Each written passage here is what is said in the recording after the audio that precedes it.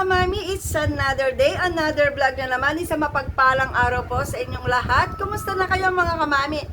Sana po ay nasa mabuti kayong kalagayan. So mga kamami, isang maligayang Pasko po sa inyong lahat. Kumusta po ang nagdaan Pasko? Kumusta po mga kamami? Sana po ay naging masaya ang nagdaan Pasko na kasama ang inyong mga mahal sa buhay. So mga kamami, bago ko po i-marites ang isang product na naman, ay gusto ko lamang pong ipakiusap sa inyo na paki-like and subscribe ang aking YouTube channel, Mami Lea Vlog. At syempre, huwag kakalimutan i-click ang bell button para na sa ganoon mga kamami ay ma-update ko kayo sa mga bagong i-upload ko mga videos. So mga kamami, ready na po ba kayo? Halina po kayo mga kamami, umupo na po kayo dito sa aking harapan at tayo ay magmamaritesan na naman. Meron na naman akong imamarites. Opo, siguro mag-iisip na naman kayo. Ano na naman kayang imamarites ni Mami Lea? Maganda po ito kasi nasubukan ko na at ginagamit ko siya kasalukuyan. Nakaubos na ako ng isa dahil dalawa ang binili ko. So, gusto kong i-share sa inyo kung ano ang ginawa niya sa aking balat. Gusto kong ibahagi o imarites sa inyo na maganda siya. Hindi siya malagkit, wala siyang white cast, at napaka-lightweight lamang niya. Yun ang lagi kong hinahanap sa isang product. Lotion man yan, or sunscreen man yan. Gusto ko yung hindi siya malagkit. Dahil kapag hindi siya malagkit, para sa akin, madaling ma-absorb ng ating balat. So, eto na nga, imamarites ko na, ipapakita ko na. Na-excite na ba kayo mga kamami? So, ready na ba kayo? Eto na. Eto na po, ang aking imamarites sa inyo. Ubus na po ito. Wala na, tinataktak ko na lamang. So, ang ginawa ko mga kamami, binuksan ko na itong isang natira. Ang pangalan ng lotion na ito, nahihirapan ako, pero pipilitin kong sabihin ang kanyang pangalan, pero ipapakita ko muna siya sa inyo kung ano ang pangalan niya. Ayan. Ako, nahihirapan ako magbasa. Hindi ko alam kung tama ang pagkabasa or pagkabanggi ng kanyang pangalan. Pakikorek lamang ninyo ako mga kamami kung mali ang aking pagkabasa sa kanyang pangalan. Para sa akin, hindi ko alam kung paano ba sabihin, kung ice cream skin or skim skin. So, kahit alin po sa dalawa, pakicorrect na lamang po ninyo ako kung mali ang aking pagkabigkas ng kanyang pangalan. Pero ang kagandahan nito mga kamami, mahirap bigkasin ang kanyang pangalan, pero napakaganda naman bigkasin ng dalawang active ingredient nito. Ako ito laging hinahanap ko, maging sa sabon, sa lotion. So, basta meron itong dalawang ingredient na ito na talagang makakatulong sa ating balat. Ayan guys, ayan mga kamami. Mali ako, pasensya lang. Ayan mga kamami, ang unang ingredient na nagustuhan ko sa kanya ay si nicotinamide. Ang pangalawa naman mga kamami ay si niacinamide. Alam niyo po ba na malaking maitutulong nito sa ating balat pagdating sa pagmo-moisturize ng ating skin, pagdating sa pagpapaputi mga kamami ko. Kaya kahit mahirap siyang bigkasin mga kamami, talagang pinilit kong aralin, basahin, kaya lamang hindi ko alam kung tama nga ba ang pagkabasa ko sa inyo. So, pakikorek lamang ninyo ako mga kamami. So, napakaganda niya. Meron siyang 250 ml. Ayan. Alam niyo po ba mga kamami, sa lahat ng mga product na binibili ko, lagi kong chine-check ang kanilang mga ingredient. Basta meron siyang niacinamide, nicotinamide, glutathione, collagen. Basta nakakapagpaputi mga kamami ko, bibilhin ko kasi alam ko ay makakatulong yun sa aking balat. Siyempre, sino po ba ang gustong manatiling maputi ang ating balat? So ako, nangunguna na ako mga kamami. Gusto ko talaga ang maputi ang aking balat. Ever since, magbuhat nung maliit ako. Ano, ang kutis ko mga kamami ay fair skin. Hindi ako maputing maputi. Yung hindi naman ako maitim. Pero yung maputi lang ako. Yung katamtaman lang. Pero gusto ko yung mas maragdagan yung pagkaputi ng aking skin. Kaya lagi ako naghahanap ng mga product na makakatulong para mapaputi niya ang aking balat. So mga kamami, ang kanyang amoy ay ang bango niya mga kamami. Ang kanyang texture ay hindi siya malagkit. Ayan. Kapag nilagay mo siya mga kamami, gustong gusto ko sa lotion ang medyo watery ang kanyang texture. Ayaw ko yung malagkit. Kasi kapag ang malagkit nilagay mo sa kamay or maging sunscreen man yan kapag malagkit ang kanyang texture ay para sa akin lang parang ang hirap niyang matuyo. Nahihirapan yung balat ko na i-absorb niya. Kasi nga malagkit. So, ayan mga kamami, ayan. Ayan, ganyan siya kapag na-apply na, ayan. Pero syempre mga kamami, disclaimer lang po. Meron siyang sangkap na nakakaputi, nakakapag-moisturize ng balat. Yung mawawala yung dull skin natin, yung parang napaka-dry ng dating ng ating balat, walang kabuhay-buhay, walang sigla, yung mga ganon. So, siyempre mga kamami, ipagpatuloy po natin siyang gamitin. Ako ginagamit ko siya tuwing umaga at gabi. At ang sikreto ko mga kamami, hindi ko alam kung meron akong katulad na ginagawa sa mga product nila. Ang lotion ko nilalagay ko sa rep. Habang nakabukas yung rep, may laman yung rep, so nakalagay to. Doon sa iba, sa lalagyan ng mga bote.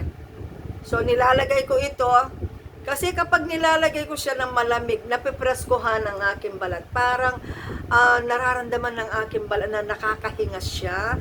Kasi kapag pagkatapos nating maligo mga kamami, naka-open yung mga pores natin. So, nilalagay ko kaagad ito kasi malamig siya. So, ayan mga kamami. Ano na siya? Natuyo na, ayan. Wala kang mararamdaman na lagkit. Napaka-lightweight niya at wala siyang white cast. At kapag pinawisan ka mga kamami, kuminsan kasi may mga product kapag pinawisan ka parang pumuputi yung pawis. Pero ito mga kamami, wala kang makikita na ganon. Parang normal lang. Kapag pinawisan ka, walang makikita na may pinahid ka sa inyong balat. So, syempre, disclaimer lang mga kamami. Kapag nakaubos ka ng isang ganito, tapos wala kang nakita, parang hindi man ako pumuti, huwag po kayong mag-alala. Kung magtuloy-tuloy ang paggamit ninyo sa isang product. Kasi po, bumili talaga ako dalawa Pero kaya ako ginawa na ng vlog, ganito yan. Ito nga, mamarites ko na. Bakit? Ginawa ko na siya ng vlog. Nakaisang bote pa lamang ako. O nakaisang lotion pa lamang ako. Kasi mga kamami, nakita ko yung balat ko, parang yung na-moisturize niya. Yung hydrated ang dating ng aking balat. Nawala yung pagka-dull look niya. Yung parang walang kabuhay-buhay, parang napaka-dry. Siyempre, magda-dry talaga ang aking balat mga kamami kung hindi ko aalagaan dahil mag-59 na ako mga kamami. Sa edad kong ito, kung hindi ko aalagaan ang aking balat, talagang magda-dry ang aking skin. So, dahil nga, nasa edad na ako. Pero nung nakita ko, ayan, hindi ko nilagyan ng lotion yan, mga kamami, ito ang nilagyan ko. Ito, tingnan nyo, wala siyang lotion. Pero, tingnan naman ninyo ang kanyang, tingnan nyo mga kamami. Diba, napaka-hydrated yan, tingnan at talagang na-moisturize niya ng gustong aking balat. Ayan. Hindi siya dry. Kahit guhitin ko siya, wala kang, ayan. Mahaba yung kuko ko mga kamami, guguhitin ko, Wala kang makikitang guhit na puti. Kapag may nakita kang, ginanya mo ang balat mo, at mayroong puting lumabas, yung parang ginuhin na makikita mo yung guhit na puti, na parang puting-puti talaga. Ibig po sabihin, dry po ang ating skin. So, yun ang iniiwasan ko mga kamami. Kaya naman, nung makilala ko ito, nung na-meet ko siya, tuwang-tuwa ako kasi nakaisang lotion pa lang ako, pero ganito na ang binigay niyang sa aking balat. Talagang na-moisturize niya ang aking skin. Hindi man siya pumuting-pumuti, pero after ako doon yung mawala yung pagka-dry ng aking balat. Pangalawa na lamang po yung mapapaputi niyang aking skin. Kasi mas maganda na puputi ang balat pero at least hydrated ang skin. Yung moisturize, yung namo-moisturize niya gusto ang aking balat. So after na ma-moisturize niya, syempre doon lalabas ang glowy na ibibigay niya sa aking skin. Sa mga kaedad ko, mga kamami, mga kaedad ko, 50 pataas, 40 pataas, so kailangan na natin alagaan ang ating balat. Huwag kayong mahiya, napakamura lamang po. Ang daming mga murang mga lotion na makakatulong para mawala ang pagka-dry ng ating skin. At syempre mga kamami, dahil ito ay walang SPF, walang sunscreen protection, so after ko siyang ma-apply, kagaya niyan, natuyo na ang lotion na ipinahid ko, naglalagay ako ng sunscreen protection. Mag-iisip kayo, napakagastos naman ni Mami Lea, may lotion na nga, tapos yung po mga hindi. Aray, halatang kapampangan talaga ang kamami ninyo. Kapampangan talaga ini. So mga kamami, take two.